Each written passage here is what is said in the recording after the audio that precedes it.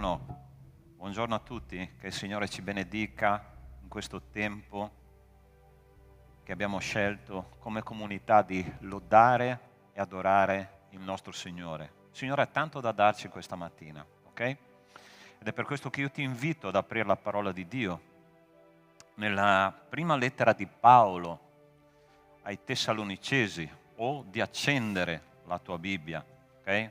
Prima lettera di Paolo a Tessalonicesi, capitolo 5, al versetto 11. Prima Tessalonicesi 5,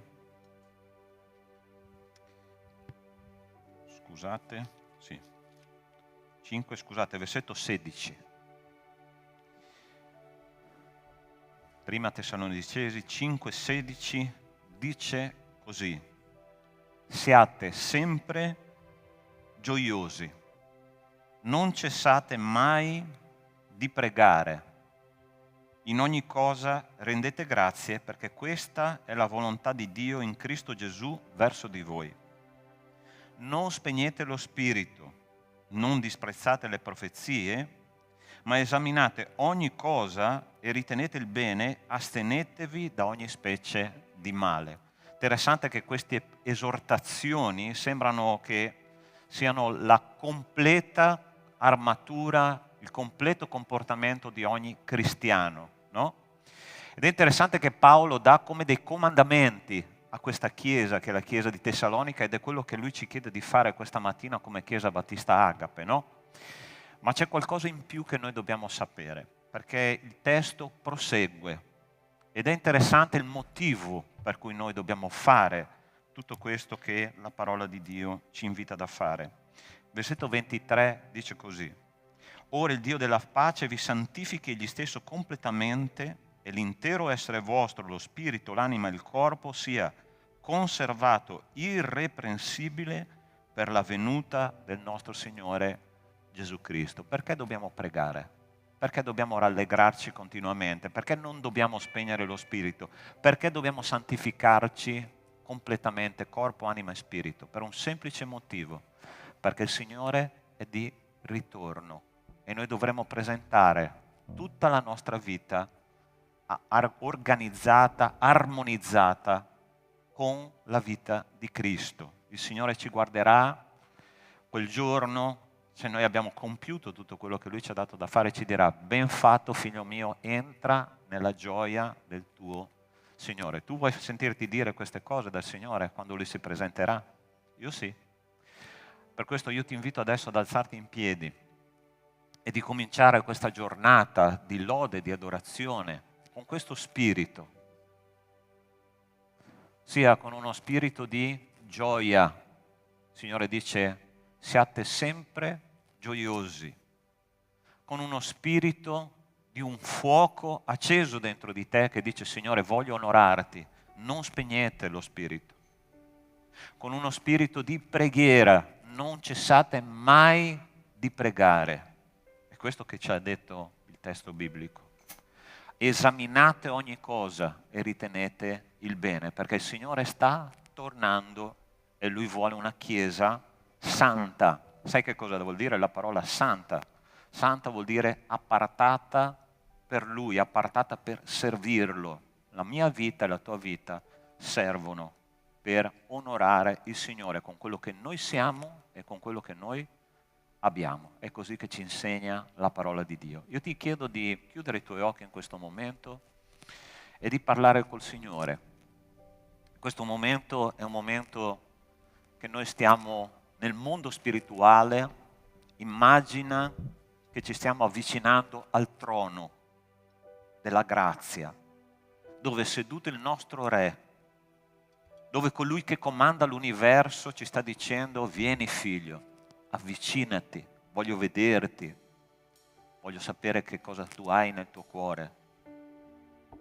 Lascia che la mia mano tocchi la tua persona nel suo profondo, nella tua anima, perché io voglio santificarti, perché io voglio usarti per la mia gloria. Non c'è niente di più bello che essere riempito dello Spirito Santo di Dio. Non c'è niente di più terribile che sentirsi vuoti, spenti.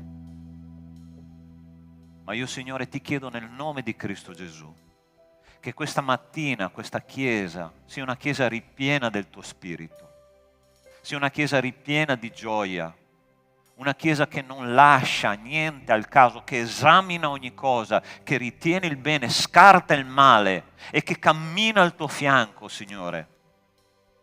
Signore, facci sperimentare il tuo tocco potente, perché la parola di Dio, il regno di Dio non consiste in parola. È così che dice la prima lettera ai Corinzi, non consiste in parola, ma in potenza, in dinamite. Signore, che la dinamite nel nostro cuore possa esplodere stamattina di gioia e di santificazione. Padre, prendi i tuoi figli. Chi è malato, Signore, nello spirito e nell'anima, tu possa guarire nel nome di Cristo Gesù. Chi è scoraggiato, tu possa incoraggiare nel nome di Cristo Gesù. Chi è determinato ad andare avanti, Signore, nelle tue vie, io ti chiedo di dare ancora più forza per costruire le cose del tuo regno. In ogni caso, Signore, tu conosci i desideri e le aspettative di ciascuno di noi. Tu conosci il tuo gregge. Guarisci, Signore, cura, incoraggia, sostieni. E ogni cosa, Signore, noi ti chiediamo per stamattina, per questo culto, ti chiediamo che sia un culto caldo e ripieno della tua grazia. Nel nome di Cristo Gesù. Amen e amen. Ti chiedo di salutare il tuo fratello che è qua, di dare un abbraccio, una parola di benedizione nel nome del Signore. Lascia il tuo posto e saluta una persona che non conosci.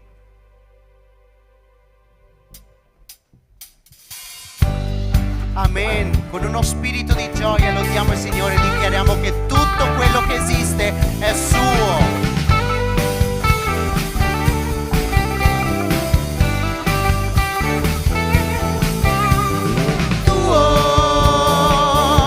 Tutto quello che esiste è tuo, tutto ciò che accade viene da te. Tutto quello che esiste è tuo, una foglia che cade, un bambino che nasce, tutto viene da te.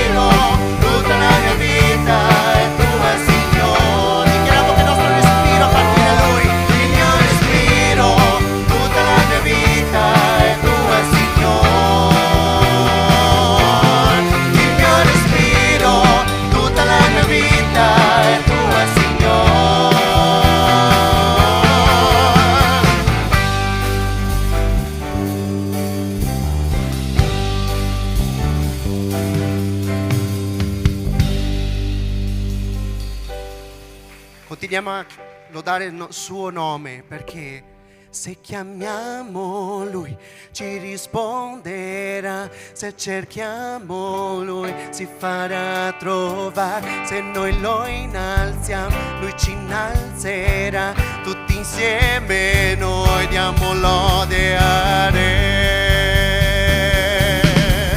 Cantiamo con gioia al nostro Dio, cantiamo con gioia al nostro Dio. Lui ci attira a sé, Lui ci attira a sé, Egli è qui con noi, diamo amore a Lui, Egli ci ama già, Lui ci guarirà, ci perdonerà e la nostra terra risanerà. Cantiamo con gioia al nostro Dio, cantiamo con gioia al nostro Dio. Se chiamiamo Lui ci risponderà, se cerchiamo Lui si farà trovare, se noi lo innalziamo Lui ci innalzerà, tutti insieme noi diamo lode a Re. Lui ci attira a sé, Egli è qui con noi, diamo amore a Lui, Egli ci ama già, Lui ci guarirà, ci perdonerà e la nostra terra risanerà. Cantiamo con gioia al nostro Dio, cantiamo con gioia al nostro Dio, cantiamo con gioia al nostro Dio, cantiamo con gioia al nostro Dio, al Dio.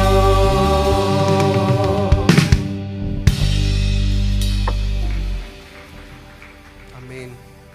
Salmi 61, 2 dice: dall'estremità della terra io grido a te con cuore affranto, conducimi tu alla rocca che è troppo alta per me, poiché tu sei stato un rifugio per me, una torre fortificata davanti al nemico.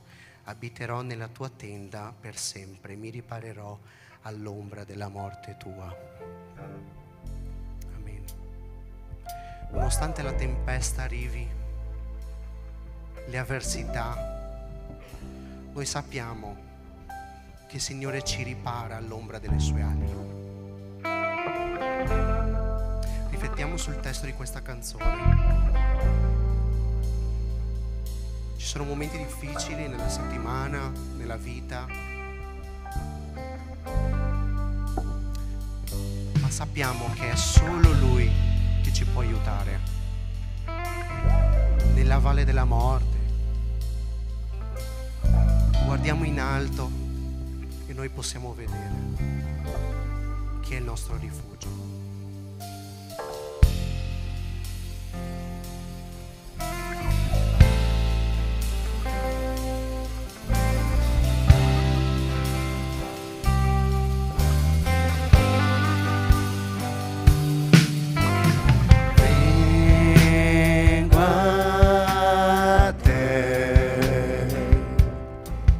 Proteggimi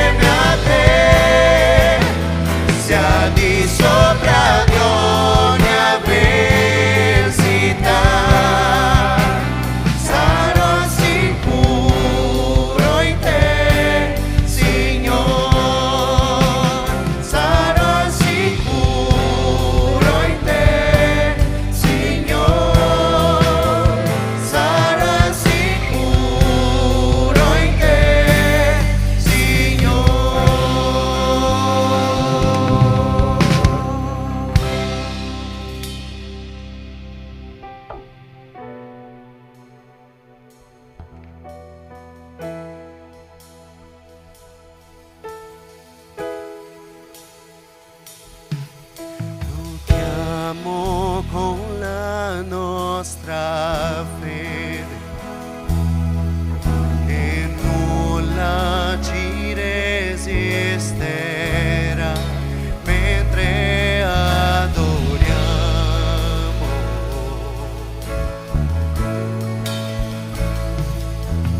In mezzo alle tribolazioni, il nostro Dio è vincitor, noi lo adoriamo.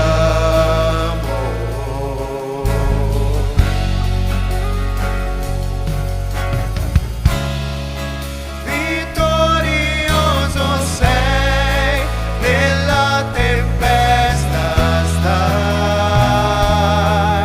tuo nome è infallibile, i regni crollano, il tuo trono sempre sta, il tuo nome mai cambierà.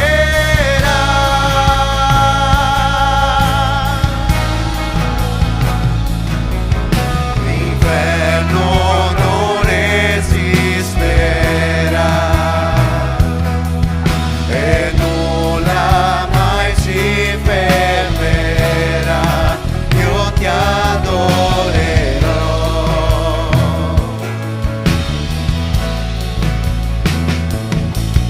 Le mura lui scuoterà, catene farà spezza mentre adoriamo.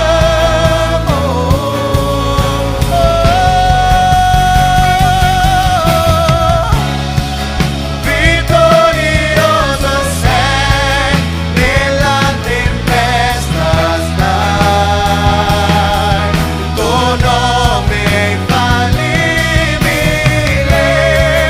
i regni crollano, il tuo trono sempre sta, il tuo nome mai cambierà.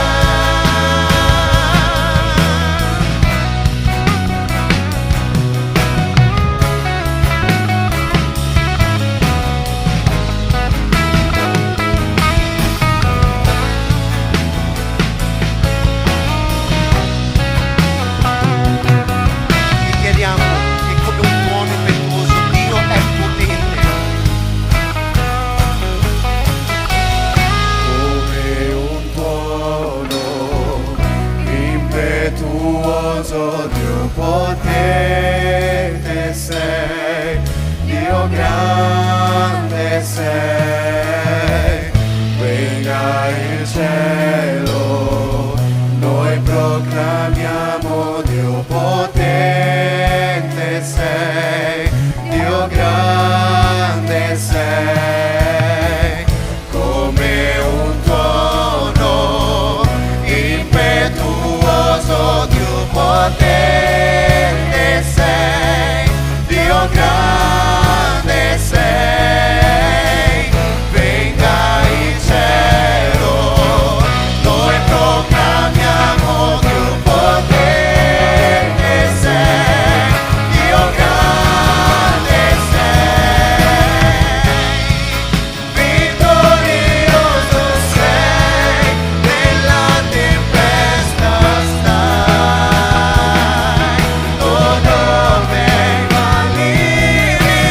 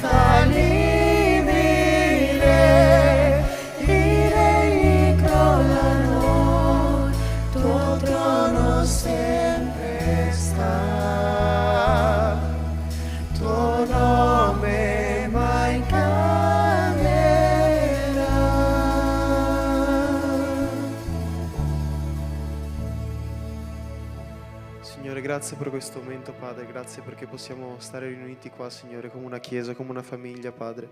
Ti chiedo di toccare oggi ognuno dei nostri cuori, Signore, ti chiedo di aiutarci a capire questo messaggio, Signore, aiutarci a cambiare, Signore, in base alla tua volontà, Signore. Grazie per questo momento, Signore, per essere presenti in mezzo a noi, Signore. Grazie per la tua presenza, per il tuo amore verso di noi, Padre. Ti chiedo di benedire la vita di ognuno di noi, Signore. Grazie per ogni cosa che fai per noi, per le nostre famiglie, le nostre vite, Padre. Nel nome di Gesù. Amen. Potete sedervi.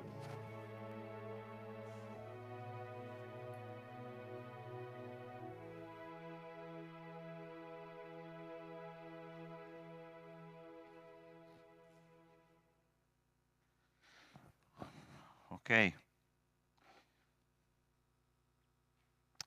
Ti ricordi le ultime parole di questa canzone?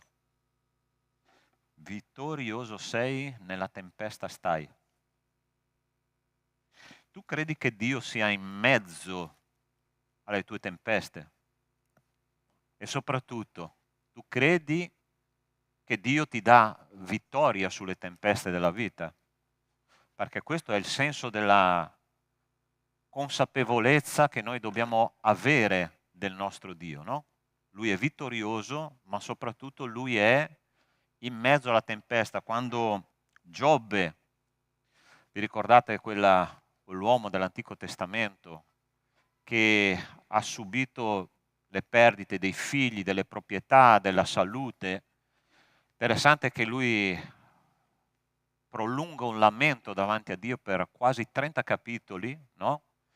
E poi quando Dio interviene in quella soliloquio, quel monologo, dice la parola di Dio che Dio gli rispose dal seno della tempesta, ossia proprio nel mezzo del suo problema c'era Dio, nel mezzo della tempesta.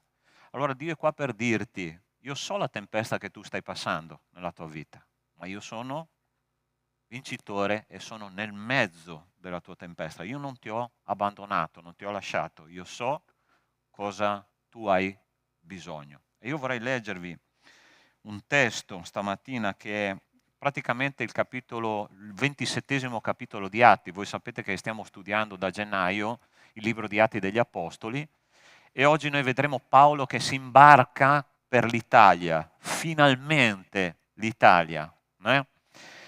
Nella lettera ai Romani, al capitolo 1, Paolo apre così la lettera dicendo: molte volte mi sono proposto di venire da voi, ma fino ad oggi ne sono stato impedito. Ok? E poi Paolo viene arrestato, noi conosciamo la storia, abbiamo studiato, abbiamo meditato su questi testi, viene arrestato e mandato a Roma come prigioniero, non come uomo libero. Finalmente l'Italia, finalmente vado là dove io ho sempre sognato di andare. Ma la storia, vi dico che quando leggeremo questo testo è degna di un'avventura tipo Signore degli Anelli, ok? Avventurosa, entusiasmante, perché vediamo che in mezzo a quella tempesta che si scatena sul veliero c'era il Signore. E io vorrei pregare prima e poi leggere tutto il testo.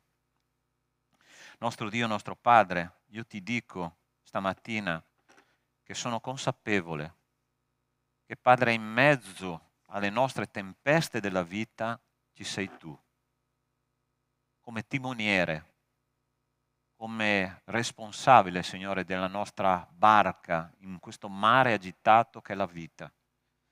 Ti prego, Signore, di parlare al tuo popolo questa mattina e qualsiasi cosa le tue pecore abbiano bisogno, Signore, che tu possa dare cibo spirituale che viene dal tuo trono di grazia. Te lo chiedo nel nome di Cristo Gesù. Amen. Dice così il testo: intanto si era alzato un leggero scirocco e, credendo di poter attuare il loro proposito, levarono le ancore e si misero a costeggiare l'isola di Creta più da vicino. Ma poco dopo si scatenò giù dall'isola un vento impetuoso chiamato Euroaquilone. La nave fu trascinata via e, non potendo resistere al vento, la lasciamo andare ed eravamo portati alla deriva. Passati rapidamente sotto un'isoletta chiamata Clauda, a stento potemmo impadronirci della scialuppa. dopo averli issati a bordo, utilizzavano dei mezzi di rinforzo cingendo la nave di sotto e temendo di finire incagliati nella Sirti, scalarono un'ancora galleggiante e si andava così alla deriva. Siccome eravamo sbattuti violentemente dalla tempesta, il giorno dopo cominciarono a gettare il carico. Il terzo giorno con le loro proprie mani buttarono in mare l'attrezzatura della nave. Già da molti giorni non si vedeva né sole né stelle e sopra di noi infuriava una forte tempesta, sinché ogni speranza di scampare era ormai persa.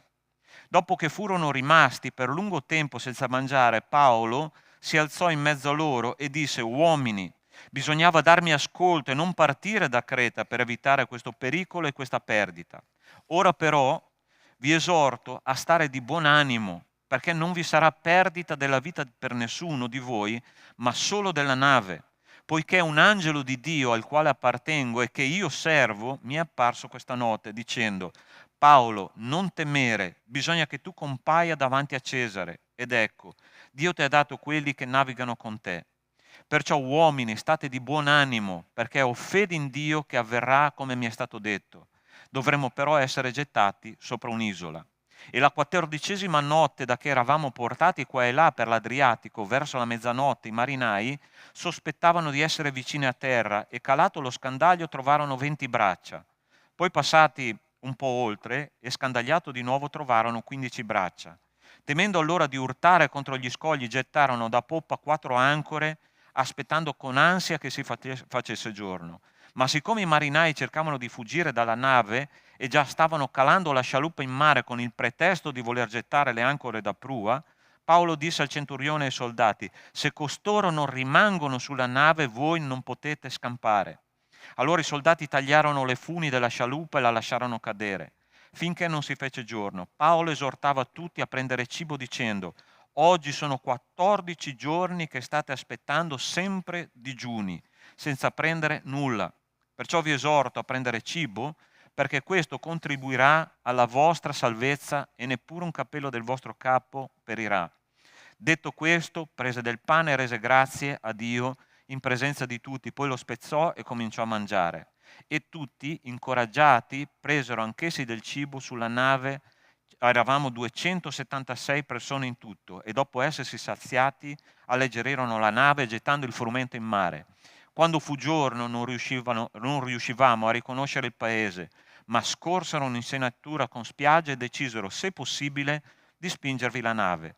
Staccate le ancore, le lasciarono andare in mare. Sciolsero al tempo stesso i legami dei timoni e, innalzata la vela maestra al vento, si diressero verso la spiaggia, ma essendo incappati in un luogo che aveva il mare dai 2 lati, si fecero arenare la nave e, mentre la prua incagliata rimaneva immobile, la poppa si sfasciava per la violenza delle onde. Il parere dei soldati era di uccidere i prigionieri perché nessuno fuggisse a nuoto. Ma il centurione, volendo salvare Paolo, li distolse da quel proposito e ordinò che i primi si gettassero in mare, quelli che sapevano nuotare, per giungere a terra, e poi gli altri, chi sopra tavole, chi su rottami della nave, e così avvenne, e così tutti giunsero salvi a terra. Una storia, come si dice in gergo fiabesco, a lieto fine, ma è stata drammatica. Finalmente l'Italia. Paolo sognava di andare in Italia, ma sicuramente non sognava di andare in Italia con questa situazione. No? La parola di Dio ci dice che quando loro sono partiti con la nave, intanto si era alzato un leggero vento di scirocco. Ossia, se tu conosci un po' i venti, lo scirocco è un vento caldo, tiepido, e dice un vento leggero, giusto? Furio. A volte lo scirocco soffia dalla spiaggia e tu dici: ah, che sensazione piacevole, un vento caldo, leggero. È questo lo spirito con cui voglio andare in Italia, e finalmente andrò a trovare i miei fratelli là e porterò la parola di Dio anche a loro. Ma la parola di Dio ci dice che subito dopo, ma poco dopo, ossia praticamente subito dopo, si scatenò giù dall'isola un vento impetuoso chiamato Euroaquilone. L'euro fa male non solo all'economia, ok? La nave fu trascinata via E la parola di Dio ci dice che questa tempesta che si è scatenata è stata una cosa terribile. Ha detto l'Apostolo Paolo perché per 14 giorni loro non hanno visto la luce del sole, la nave si stava sfasciando e hanno cercato di fare di tutto per salvare quello che c'era nella nave e anche il carico. Allora qua io imparo il primo principio che noi dobbiamo imparare questa mattina. Quando io vado nella direzione che Dio vuole, automaticamente una tempesta spirituale si scatena, cari miei, perché noi entriamo nel terreno del nemico. L'Apostolo Paolo non parla del diavolo qua, ma è ovvio che quando io vado nella direzione della volontà di Dio, tu entri in un mondo spirituale che troppo spesso il popolo di Dio non ha gli occhi aperti sulla battaglia che noi stiamo affrontando ogni giorno. E questa tempesta si scatenava perché? Si scatenava perché Paolo andava nel centro del paganesimo dell'antichità, a Roma, dove si predicava ogni dio che era sulla faccia di questa terra. Lui entrava nel nocciolo della questione, lui sfidava il nemico faccia a faccia, lui andava a predicare il Vangelo santo del Signore e perciò Satana scatena una tempesta terribile nella sua vita. Finalmente l'Italia, il paese dove io andrò a soffrire per il Vangelo. Se tu hai sognato di essere qua in Italia per vivere una vita migliore, spiritualmente parlando ti posso assicurare che non è così. Spiritualmente parlando ti dico che tu dovrai affrontare delle battaglie e delle tempeste che neanche ti aspetti. Tu vuoi vivere la tempesta di Giona o la tempesta di Paolo? Perché sai che c'è una differenza enorme tra la tempesta di Giona e la tempesta di Paolo, perché Giona fuggiva da Dio e Dio manda la tempesta e lui non riusciva a controllare questa tempesta, mentre Paolo andava nella direzione della volontà di Dio e Satana scatena la tempesta, ma a un certo punto Paolo dice: non vi preoccupate perché il mio Dio è più grande di questa tempesta. Non ti preoccupare perché se tu stai facendo la volontà di Dio, Dio è più grande della tua tempesta e tu stai andando in direzione della sua volontà, al centro della sua volontà. Tutto funziona nel modo corretto. Sai che a volte io penso che noi cristiani siamo un po' pazzi. Come si fa a ringraziare Dio? Perché questo è quello che c'è scritto nella parola di Dio. In ogni cosa, l'abbiamo letto all'inizio del culto, no? In ogni cosa rendete, cosa dice? Grazie. In ogni cosa rendete grazie, non per ogni cosa rendete grazie, ma in ogni cosa rendete grazie. Perché? Perché in ogni cosa noi siamo in Cristo e Cristo ci guida verso la nostra Roma, verso la nostra Italia, verso l'evangelizzazione dei popoli, verso persone che non conoscono ancora il Vangelo, e automaticamente non spaventarti se la tempesta si scatena. Io mi ricordo quando ero nel mio posto di lavoro ancora tanti anni fa, e quando cominciavo a evangelizzare le persone, in ufficio si scatenava l'inferno, suonava il telefono, il capo cominciava a dare i numeri e succedevano delle cose sull'impianto. Io dico: Signore, e il Signore mi ha aperto gli occhi e ha detto: battaglia spirituale. Signore, ma non si vede la fine, non si vede un raggio di sole in questa tempesta. È così che funziona, cari miei, perché più io mi dedico alle cose di Dio, più io combatterò e più io affronterò tempeste nella mia vita. Giona viveva la tempesta di Dio, Paolo viveva la tempesta del diavolo. La prima era una tempesta dentro il suo cuore, la seconda è una tempesta fuori. La tempesta che tu hai dentro è quando tu rinunci a fare la volontà di Dio, quando dici: è troppo difficile. Hai mai cominciato a sentire nella tua testa? Allora sta attento, una frase che il nemico ama fare, ama registrare, ama inculcare nella testa dei credenti è: non ce la puoi fare. Sei troppo stanco. Gli italiani sono duri di cuore. Non possono ascoltare il messaggio del Vangelo. E questo diventa un mantra nella tua testa che gira e gira e gira e gira fino a che tu non cerchi che cosa? Un pezzo di mare dove non soffia il vento, dove non c'è la tempesta. Ok, se è così, allora io non testimonierò più che esiste un Dio vivente. E il Signore dice, affronta la tempesta perché io sono con te. Affronta la tempesta perché io ti darò in mano il cuore di anime che prima o poi si arrenderanno al Signore per la gloria mia e tu sarai un mio strumento per manifestare la mia gloria. Tu vuoi essere uno strumento di Dio per manifestare la gloria di Dio? Cari miei, c'è una tempesta di fronte a noi. Non devi mollare. Sei su una barca dove soffia forte il vento, dove le onde cercano di sfasciare la nave, ma tu sei insieme al tuo Signore. Primo punto, la tempesta. Finalmente l'Italia, la tempesta. Finalmente l'Italia, un inutile tentativo di salvataggio. Allora, stai attento. Non potendo resistere al vento, la lasciamo andare ed eravamo portati alla deriva. A stento potemmo impadronirci della scialuppa.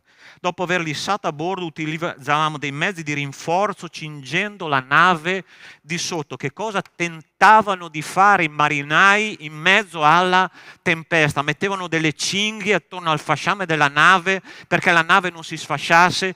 Poi è interessante che tutto il racconto ci racconta che la prima cosa che hanno fatto, hanno cercato di buttare a mare il carico della nave. L'altra cosa che hanno fatto è buttare l'attrezzatura della nave per alleggerire la nave, ok? Ed è interessante che quando noi siamo nella tempesta più brutta della nostra vita, noi ci rendiamo conto che tutto quello che abbiamo non conta niente, quello che cerchiamo di fare è tenere insieme la nostra vita, tenere insieme la nostra famiglia, tenere insieme tutte le nostre proprietà. Il Signore dice, è un lavoro inutile.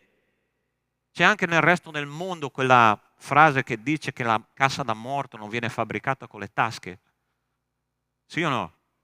E in tutto il mondo è così, cari miei. Nessuno entra nell'eternità con le tasche di quello che tu porti nel cielo. Ma queste persone che non avevano la speranza dell'eternità, che cosa cercavano di fare? Cercavano di salvare la nave, cercavano di salvare le vite, cercavano di salvare il carico. E il messaggio che Dio stava dando attraverso questa tempesta è non cercare di salvare quello che non può essere salvato. Salva la tua anima.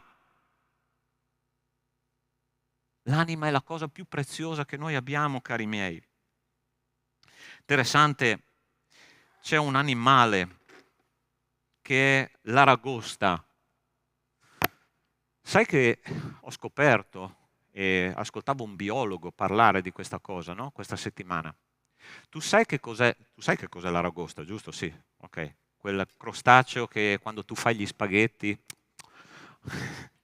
se tu non lo peschi, i biologi dicono che l'aragosta è uno degli animali che più vive longevamente su questa terra. Può arrivare a vivere 120 anni. Sono rimasto colpito da questa cosa. Però è interessante una cosa che fa l'aragosta per vivere così a lungo. Tu sai che nei primi 5-7 anni l'aragosta per vivere e soprattutto per sopravvivere cambia 5 volte ogni anno la propria pelle, la propria carapace, il proprio esoscheletro, no? Per fare questo che cosa fa? Si toglie proprio questo carapace, va in profondità sotto una roccia e rimane lì finché il carapace, l'esoscheletro di nuovo non è cresciuto, e questo cambio di esoscheletro gli permette di crescere e proteggere la propria carne dai predatori e dalla propria crescita. Se io voglio mantenere la mia vita integra, salda, io devo cambiare in funzione della volontà di Dio. E Dio ogni giorno mi dà un'occasione di cambiare qualcosa della mia vita, perché se io voglio aggrapparmi al mio stile di vita, voglio aggrapparmi al mio modo di pensare, mi voglio aggrappare a tutto quello che è materiale, il Signore dice tu non sopravviverai a questa esistenza. Allora ti voglio dire una cosa: quando sono stato invitato a venire qua a Treviso a essere co-pastore insieme al pastore Caio, interessante che il mio sogno, no, era: io vorrei prendere una piccola chiesa in mano, curarla molto bene nella mia città, sai, andare in pensione con le mie pecore che mi amano, io amo loro. Voglio fare il pastore. Dio ha preso questo sogno, ha fatto una tempesta, no? E da pastore mi trovo a essere missionario. Da una chiesa, il Signore mi ha detto, troppo poco una chiesa, 4 chiese, perché una solo? Ma Signore, è tutto vicino a casa mia, Mantova, la conosco, ho abitato qua per 50 anni, c'è la farmacia lì dietro, c'è il supermercato di là, c'è questo troppo vicino, tutto perfetto. Oggi qua a Treviso per fare 20 chilometri, minimo, ok? Dio ha preso tutta sta roba, l'ha buttata nel cestino e ha detto, io ti do un sogno più grande. Non salvare il tuo stile di vita, perché io te ne voglio dare un altro molto più soddisfacente, molto più radicato nei miei principi. E quando noi cerchiamo di conservare il nostro modo di pensare, il nostro modo di vivere, il nostro modo di sentire, il nostro modo di decidere, noi non sopravviviamo al cambiamento spirituale che c'è nel mondo che noi non conosciamo, che è il mondo spirituale. Caro mio, se tu sei venuto qua in Italia, posso dirti che qualcosa deve cambiare nel tuo modo di pensare. Io che mi sono sportato da una città a un'altra città in Italia ho avuto dei seri problemi e quando Dio mi ha detto cambia il tuo modo di vivere, e se non cambiavo, gente, io non sopravvivevo. Continuavo a caricarmi di un'aspettativa che non poteva mai essere soddisfatta. La cosa più brutta, cari miei, è vivere tra terra e cielo, in mezzo a qualcosa che non si realizzerà mai come io e te pensiamo, perché Dio ha un altro tipo di pensiero. Sai che fine ha fatto Giona con le sue convinzioni? Ti ricordi che cosa è successo a Giona? Buttatemi in mare perché altrimenti questa nave si affonda, e convinto di quello che stava pensando è stato ingoiato da un pesce,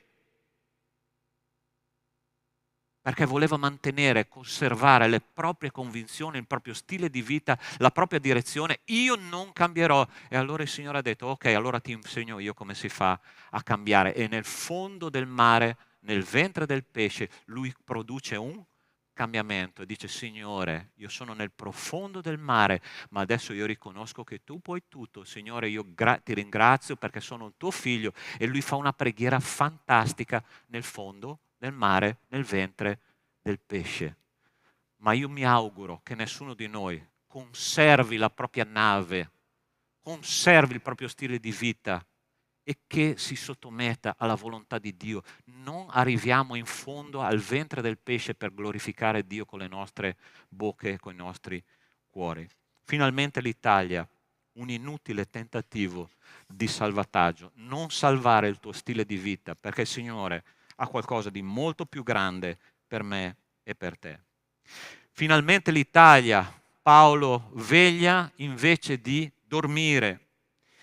Paolo esorta l'equipaggio dicendo, un angelo del Dio al quale appartengo e che io servo mi è apparso questa notte, dicendo, Paolo, non temere, bisogna che tu compaia davanti a Cesare, ed ecco, Dio ti ha dato tutti quelli che navigano con te. Allora sta attento, che cosa stava facendo Paolo mentre tutti stavano morendo di paura? Cosa stava facendo? Stava pregando. E lui stava dicendo, Signore, dammi le anime di quelli che stanno navigando insieme a me. Aiutami a predicare un messaggio in modo che loro si salvino come io sono già salvo nelle tue mani. Lui non pensava a se stesso. Lui pensava alle persone che erano attorno a sé. E un angelo di Dio quella notte va e gli dice, Paolo, non ti preoccupare perché le tue preghiere sono state esaudite. Però Paolo non dormiva. Paolo vegliava e pregava. La parola di Dio dice, vegliate il vostro avversario, il diavolo. Egli va in giro ruggendo come un leone per divorare coloro che sono intorno a lui. Allora sta attento, un pastore africano ha raccontato esattamente che cosa succede e perché la parola di Dio ci racconta in quel modo che il diavolo è un leone ruggente. Allora sta attento. Sai come fanno i leoni ad azzannare le loro prede? Molto interessante. Specialmente l'economia, la dieta di un leone sono piccoli animali, non i grandi animali, piccoli animali. Sapete come lui fa a fare uscire dalle loro tane le piccole prede? Allora lui fa un giro di notte, no? E lui ruggisce prima a nord, poi a est, poi a ovest, poi a sud e continua a fare questo giro, questo ruggito che lui fa, che si sente, diceva questo pastore, a chilometri e chilometri di distanza, fa una vibrazione nel terreno talmente forte che le piccole creature che vanno in profondità nelle loro tane prendono paura, sembra che ci sia un terremoto, queste creature schizzano fuori dalle loro tane e il leone le azzana, le divora in un sol boccone. Allora il diavolo fa così con noi. Quando c'è una tempesta nella nostra vita, crea un problema a destra, poi crea un problema a sinistra, poi crea un problema davanti, poi crea un problema dietro e tu ti disperi e lui che cosa fa? Azzanna la tua speranza. Ti è mai capitato? C'è un detto qua in Italia molto interessante: le disgrazie non vengono mai da sole. È vero o no? Ossia, ti si spacca la macchina, poi ti si rompe la lavatrice, poi tu vai a casa e litighi con tua moglie, poi c'è un problema con la banca e tu dici: Signore, ma tutte queste cose insieme è il nemico che va intorno e cerca di divorare la tua speranza. E il Signore dice: non ti preoccupare, veglia e prega, perché questa è la nostra arma. Veglia e prega, perché io ti darò la vittoria. E Paolo faceva questo, lui non era uno che dormiva. Ti ricordi che cosa faceva Giona mentre c'era la tempesta? Dice la parola di Dio che è andato nel fondo della barca e dormiva, perché lui sapeva che andava contro la volontà di Dio. È interessante che una persona che pecca costantemente dorme, spiritualmente dorme, fisicamente dorme, emozionalmente dorme, è insensibile alle sofferenze degli altri. Perché? Perché dorme. Ma quando tu stai sveglio, la risposta di Dio viene. Quando tu preghi, la risposta di Dio viene. E sai qual è la preghiera che funziona sempre? Tu vuoi saperlo? Devi pagare il biglietto, ok? È la preghiera per gli altri. È la preghiera di intercessione. Quando tu intercedi per gli altri, dopo la preghiera di adorazione, la preghiera di intercessione è la preghiera più importante che esista in un cristiano. Perché quando io prego per gli altri, distolgo l'io dal mio centro e cerco di onorare il Signore che dice che la mia volontà è che tutti gli uomini siano salvati e giungono alla conoscenza della verità. Paolo ha pregato così e Dio lo ha usato. Chiedi che Dio ti usi per la salvezza di altri esseri umani. Ci sono 5 tipi di preghiera che noi possiamo fare. Ascoltami. Adorazione, intercessione, richiesta, confessione e ascolto, perché tu sai che la preghiera è anche una preghiera di ascolto, aspettare Dio che ritorna dal suo trono di grazia. Qual è la più gettonata secondo te nel mondo cristiano? La richiesta è il nostro carrellino della spesa che noi entriamo nel supermercato, lo riempiamo, facciamo la spesa mensile e tu dici: Signore, ho bisogno di tutto questo. Ma è interessante quando tu quel carrellino lo porti fuori e dici: ci sono tanti che hanno bisogno di questa spesa e io porterò la mia spesa a chi ha bisogno. Io non spenderò tempo per le richieste mie, ma spenderò tempo per quello che hanno bisogno gli altri, perché la parola di Dio, cari miei, dice così, che se noi investiamo nel regno di Dio, Dio si preoccupa delle nostre cose. Occupatevi prima del regno e della giustizia di Dio e tutto il resto sarà aggiunto. Tu pensi che il mio cane, che si chiama Beef, tu sai che cosa vuol dire beef in inglese? Manzo. Un manzo è un Amstaff di 35 kg, ok?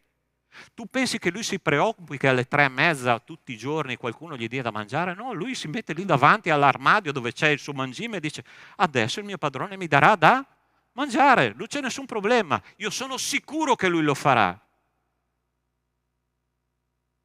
Possibile che noi abbiamo un Dio che a volte etichettiamo come uno che non si preoccupa delle nostre necessità? Dio si preoccupa delle nostre necessità. Ma sarà che noi facciamo come l'Apostolo Paolo, vegliamo durante la notte, vegliamo in preghiera per gli altri, vegliamo per le necessità di chi ci sta intorno.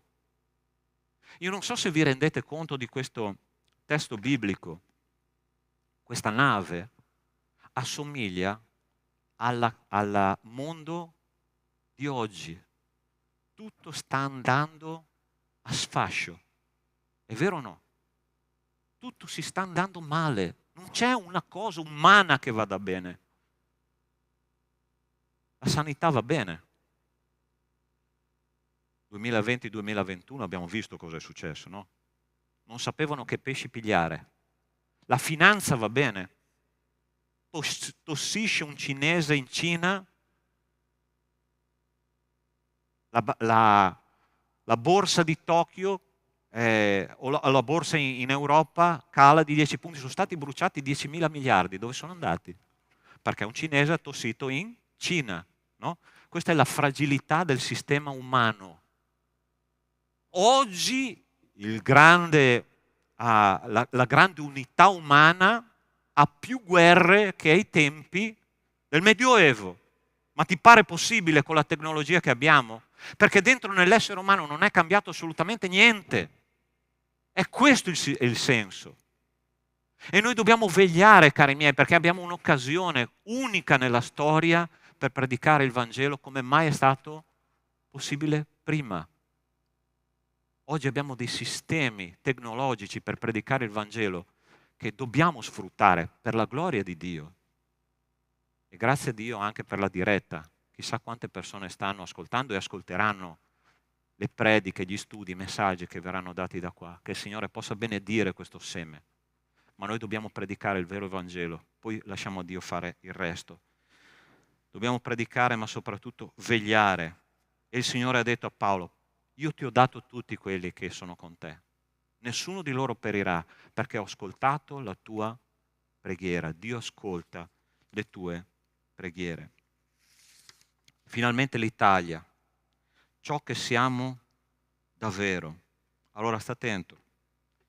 Oggi sono 14 giorni, questo è Paolo che parlava, che state sempre aspettando digiuni senza prendere nulla. Ora però vi esorto a stare di buon animo, perché non vi sarà perdita della vita per nessuno di voi, ma solo della nave. Prese del pane e rese grazie a Dio in presenza di tutti, poi lo spezzò e cominciò a mangiare. Allora sta attento. Paolo era una persona che aveva fatto un'esperienza con Dio di 20 anni di missione, ok? 20 anni servendo il Signore, 20 anni soffrendo per la causa di Cristo, e lui conosceva il suo Dio, ok? Conosceva benissimo il suo Dio. Lui sapeva che questa tempesta veniva per un motivo, ossia perché lui potesse mostrare chi lui veramente era. Allora sta attento. C'è un detto molto interessante che dice: se tu vuoi conoscere la vera natura di una persona, ci sono due modi. O gli metti un problema finanziario nella sua vita, oppure lo metti su un campo da calcio. Perché se tu lo metti in un problema finanziario, la persona comincerà a strapparsi i capelli. Qual è il Dio di questo mondo? È il denaro. Se tu non hai denaro oggi non puoi fare niente. E poi il campo da calcio, perché il campo da calcio fa uscire quello che tu sei, no? Quando c'è un contrasto, chi gioca a calcio, qua chi ha giocato a calcio sa cosa sto dicendo, ok? Io ho visto dei genitori guardare i propri figli piccoli: dai, entra a gamba tesa, spaccagli la gamba. Signore, gente che con la cravatta, la giacca andava in chiesa, no? Ma quando è il momento, il calcio esalta gli animi. Paolo come tutti gli altri dell'equipaggio, era 14 giorni che non vedeva il sole, 14 giorni che non mangiava, ma a un certo punto ha ricevuto una parola da parte di Dio e lui ha detto: non vi preoccupate perché Dio ha detto che nessuno di voi perirà. E lui ha mantenuto una postura, lui ha mantenuto una posizione, ha detto: io credo nel mio Signore, credo nelle sue promesse, credo in quello che lui mi ha detto e nonostante tutto quello che succede intorno, io manterrò ferma la mia fede. Ci sono persone che quando arriva il momento della tempesta perdono la testa e dicono: ma Dio dov'è in questa situazione? Ma cosa stai facendo, Signore? Perché stai zitto? Non intervieni in questa realtà? Perché io sto soffrendo così tanto? Tutte domande inutili. Perché, come, quando? Perché mi succede questo? Come uscirò da questa situazione? Quando finirà questa tempesta? Sai che nessuna di queste domande è corretta, ma noi dobbiamo affermare: questo avviene affinché questo proposito di Dio. Allora ti leggo la frase di un grande padre della Chiesa, un grande pensatore della Chiesa, che si chiama Agostino d'Ippona. Conoscete? Se non conoscete, lo conoscerete oggi. Lui è stato un pensatore incredibile, era un ex filosofo che si è convertito al cristianesimo e a un certo punto Dio lo ha chiamato a essere un vescovo, a quel tempo si chiamavano vescovi, che è un termine che significa sorvegliante del gregge, ok? E poi è diventato un padre della Chiesa. E Dio l'ha messo in una situazione talmente incresciosa nella sua vita che lui ha affermato la seguente frase: il Signore si burlò di me e scelse tramite le mie esperienze di rivelare il mio essere a me stesso.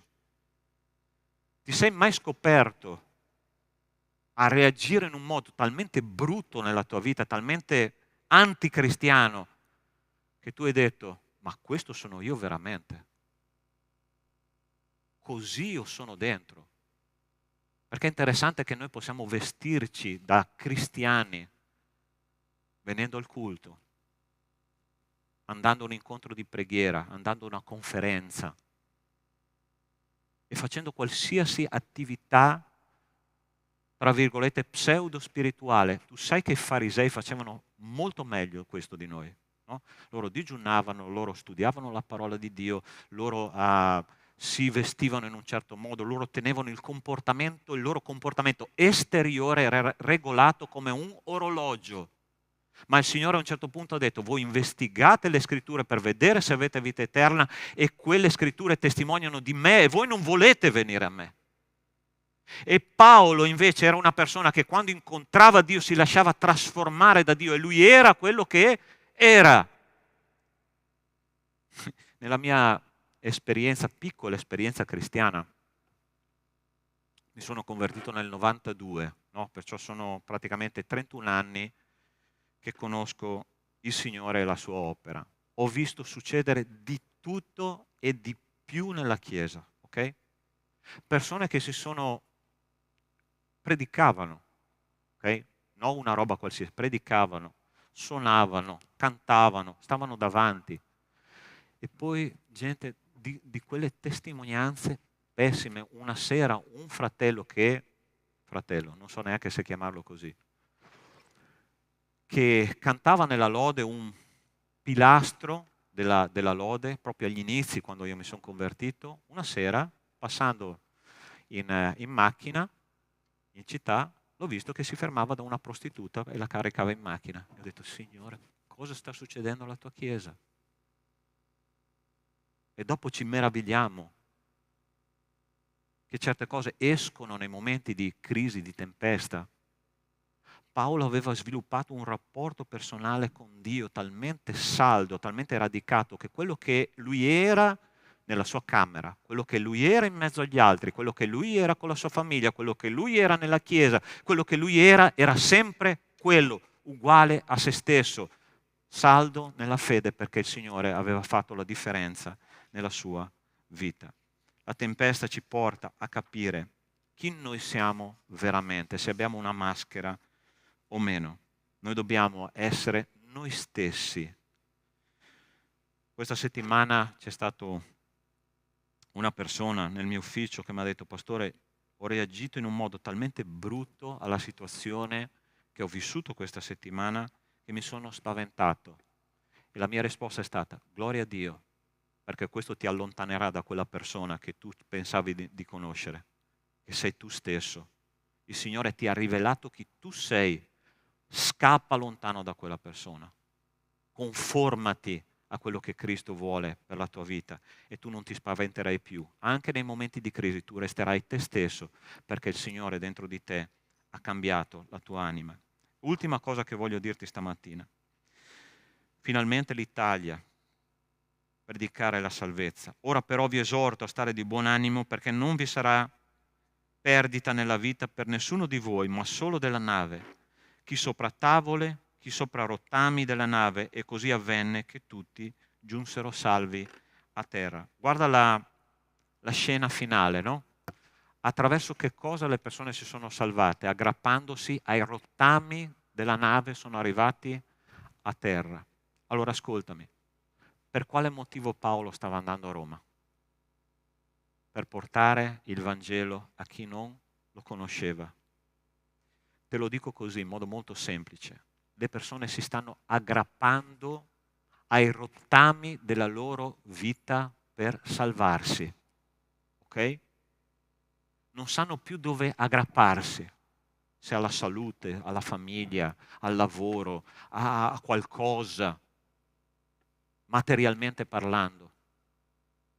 E noi siamo lì che possiamo dire: questo Titanic che sta affondando, di cui tu fai parte, c'è una scialuppa di salvataggio e questa scialuppa si chiama Cristo. E tu sei lì per dirgli questo. È una cosa semplice, ma noi siamo stati chiamati a predicare il Vangelo e la parola di Dio dice, l'Apostolo Paolo proprio dice, che il Vangelo è potenza di Dio per la salvezza di ognuno che crede. Sai qual è la parola potenza? Nel greco è la parola dunamis, da cui deriva la parola dinamite. Il Vangelo è dinamite per la salvezza di ciascuno che crede. 3 cose semplici. Sei separato da Cristo per il tuo peccato. Cristo è morto per te, basta che tu lo inviti nella tua vita e tutta la tua tempesta si calmerà. Perché la tempesta spesso è dentro negli esseri umani. Le persone si stanno aggrappando ai rottami della loro vita e Dio sta mandando te con la scialuppa di salvataggio per raccogliere quelli che stanno affogando. Tu sai che nel Titanic c'era, è bello, non so chi è che ha visto il film Titanic qua? Sì, un po' tutti, no?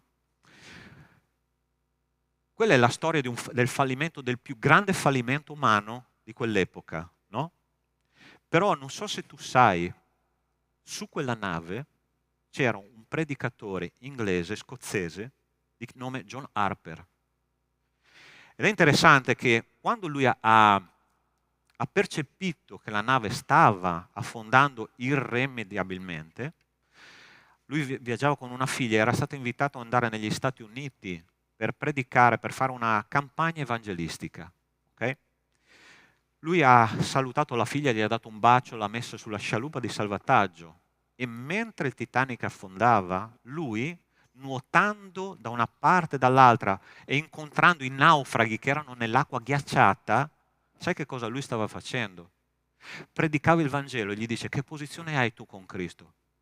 Convertiti perché stiamo per andare nell'eternità. Prendi posizione davanti a Dio.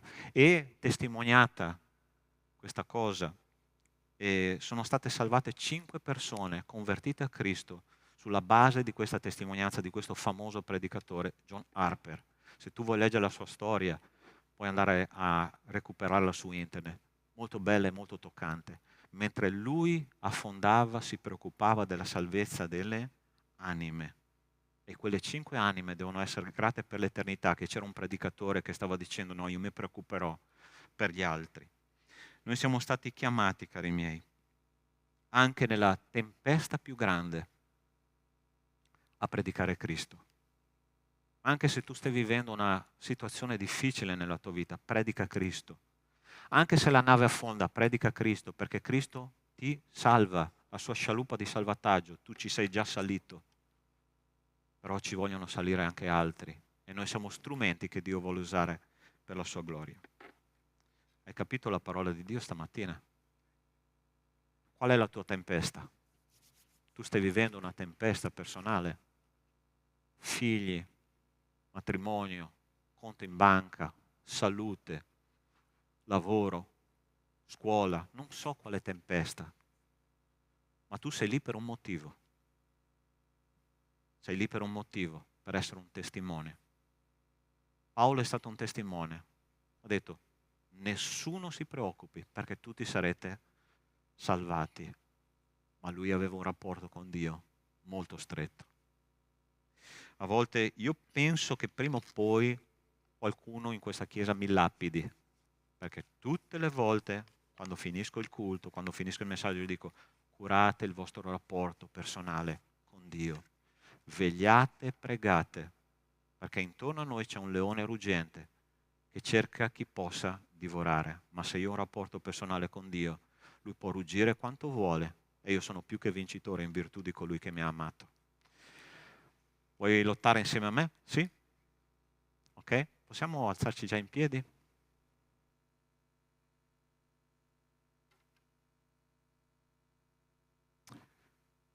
E ti chiedo di chiudere i tuoi occhi in questo momento.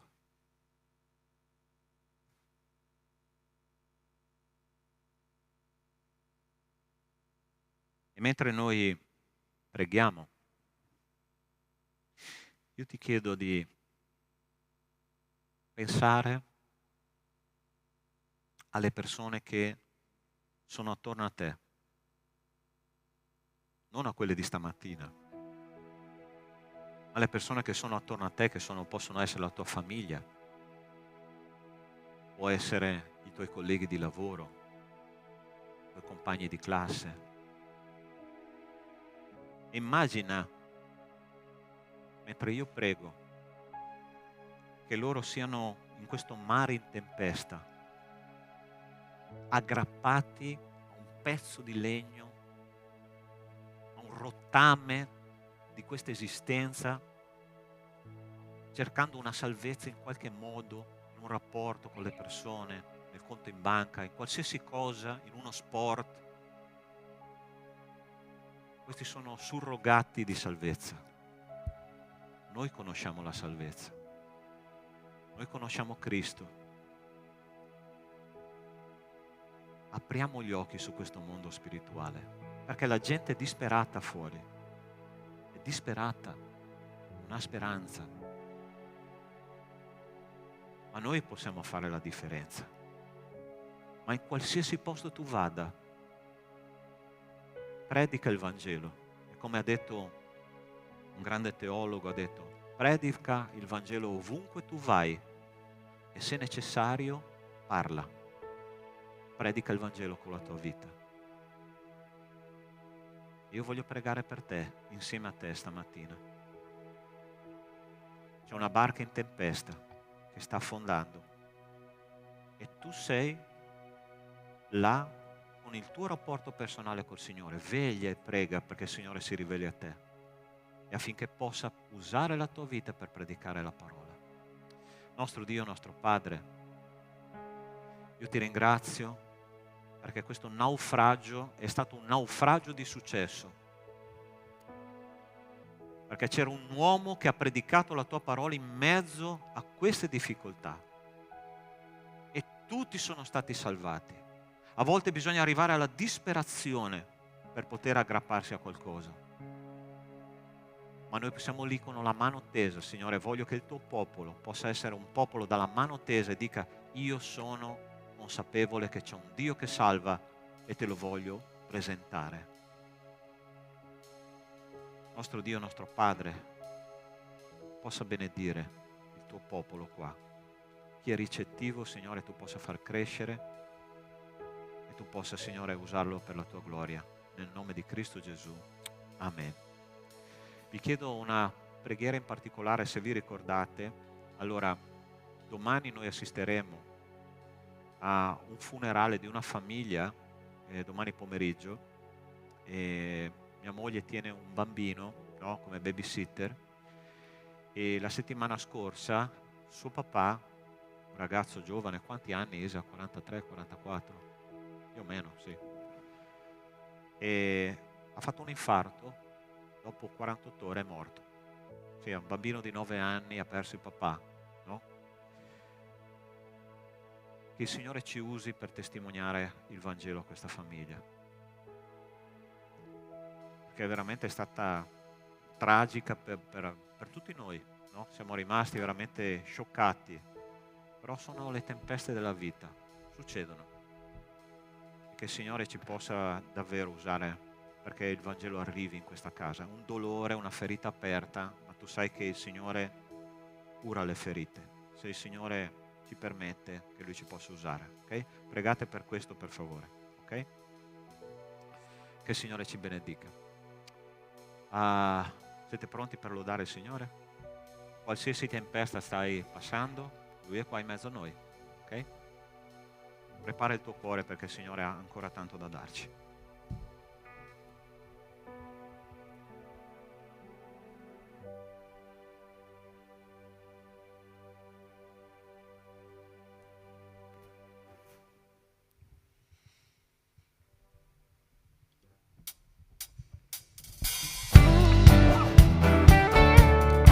Amen. Continuiamo a lodare il Signore con le nostre decime offerte. Consegniamo a Lui perché a Lui appartiene ogni cosa.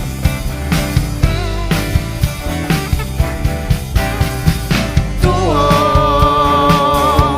tutto quello che esiste è tuo. Tutto ciò che accade viene da te.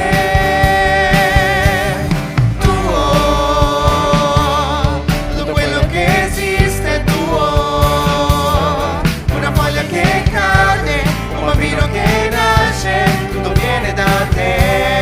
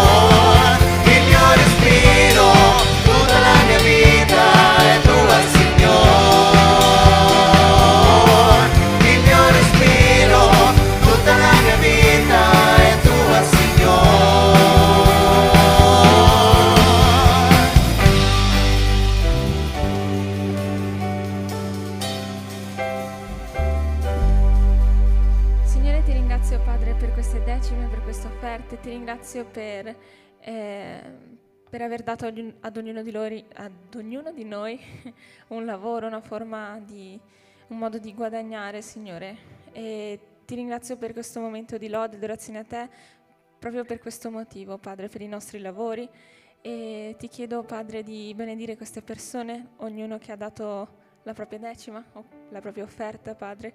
Benedici le loro vite, che possano essere visti da te, Padre, che loro possano davvero essere usati nel loro ambiente di lavoro, in ogni situazione, che loro possano predicare il tuo Vangelo, possano testimoniare il tuo Vangelo attraverso le loro vite, Padre, e che possano davvero raccogliere sempre più persone per il paradiso, Signore. E ti ringrazio anche per le persone che hanno offerto anche le loro vite, parte dei loro problemi, Signore. Benedici queste persone davvero, che tu possa manifestare la tua presenza nelle loro vite e che loro possano sentire sicurezza, Signore, pace nel loro cuore. Ti chiedo di altrettanto allo stesso modo di poter far sì che il pastore Isa possano essere di testimonianza per questo bambino che ha appena perso suo papà, Padre, che davvero la parola di Dio e la tua presenza possa manifestarsi in quella famiglia, Signore, che loro possano portare tutte le loro afflizioni a te e che possano capire che in te c'è salvezza, in te c'è pace, in te c'è sicurezza, Padre. E ti ringrazio, Signore, per semplicemente come sei e per tutto quello che fai per le nostre vite, per la tua fedeltà, Padre, in ogni singolo dettaglio. Nel nome di Gesù, amen. Potete sedervi. Ok, alcuni annunci importanti per la vita della nostra Chiesa.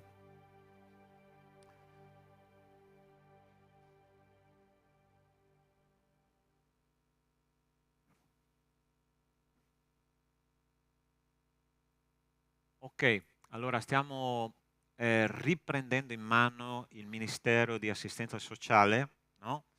E quindi se tu vuoi contribuire stiamo pensando di visitare alcune famiglie bisognose di Villorba, che il Comune ci ha dato alcuni nominativi molto interessanti a questo Ministero, entrare nelle loro case attraverso il dono che noi faremo loro di beni di prima necessità e di poter portare il Vangelo. Okay? Dobbiamo fare quest'opera. Se tu vuoi contribuire portando cibi di prima necessità, cibo secco, prodotti per la casa, prodotti per l'igiene personale, rivolgiti a Maggie, ok?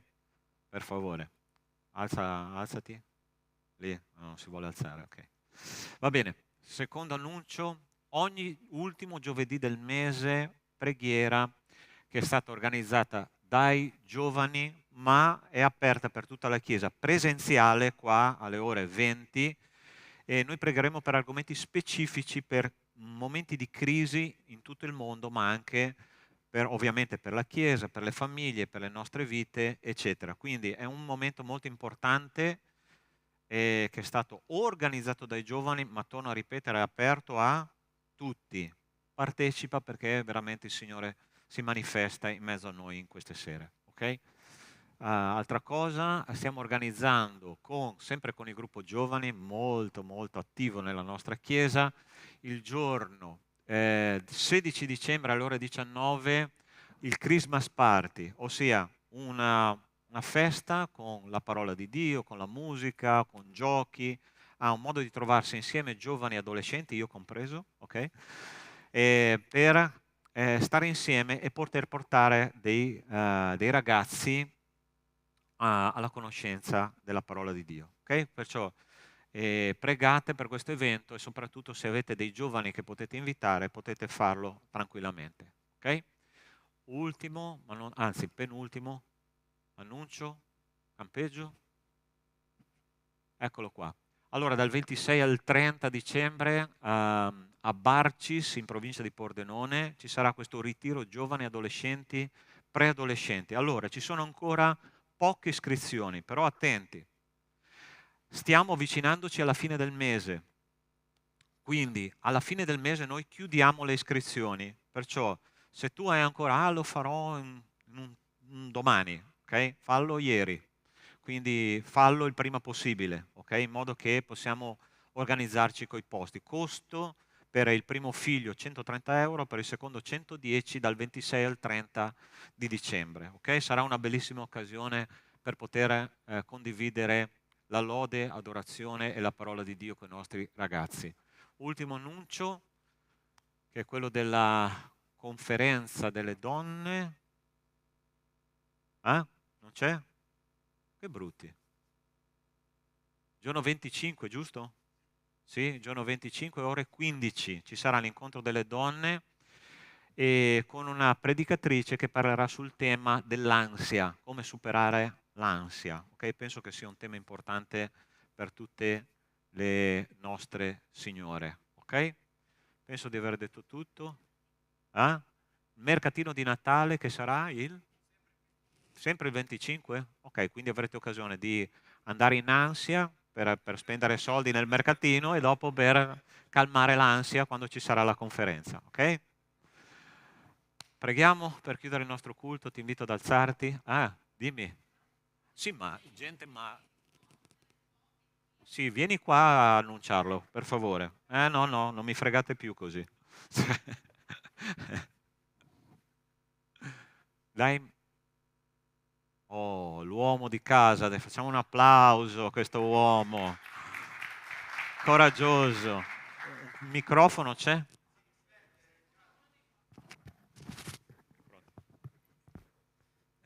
Vi invito tutta la chiesa il 2 dicembre, probabilmente sarà alle 19, però stiamo ancora organizzando con l'orario, ok? Siete tutti invitati, coppie, giovani, Scusate. giovani, un po' più vecchi e anche i vecchi, ok? Tutti invitati. Potete portare anche i figli se non avete con chi lasciare, perché sicuramente troveremo qualcuno da badare ai vostri figli. Siete tutti invitati, per l'amor di Dio venite. Una supplica. Ok, preghiamo. Signore Dio, ti ringraziamo, ti benediciamo per quello che abbiamo vissuto questa mattina. Ti prego, Signore, adesso di accompagnarci nelle nostre case e che l'amore di Dio, nostro Padre, la grazia salvatrice di Cristo e le consolazioni dello Spirito di Dio con noi siano e con tutto il popolo di Dio su tutta la terra, da oggi e per sempre. Amen. Buona settimana, Dio vi benedica.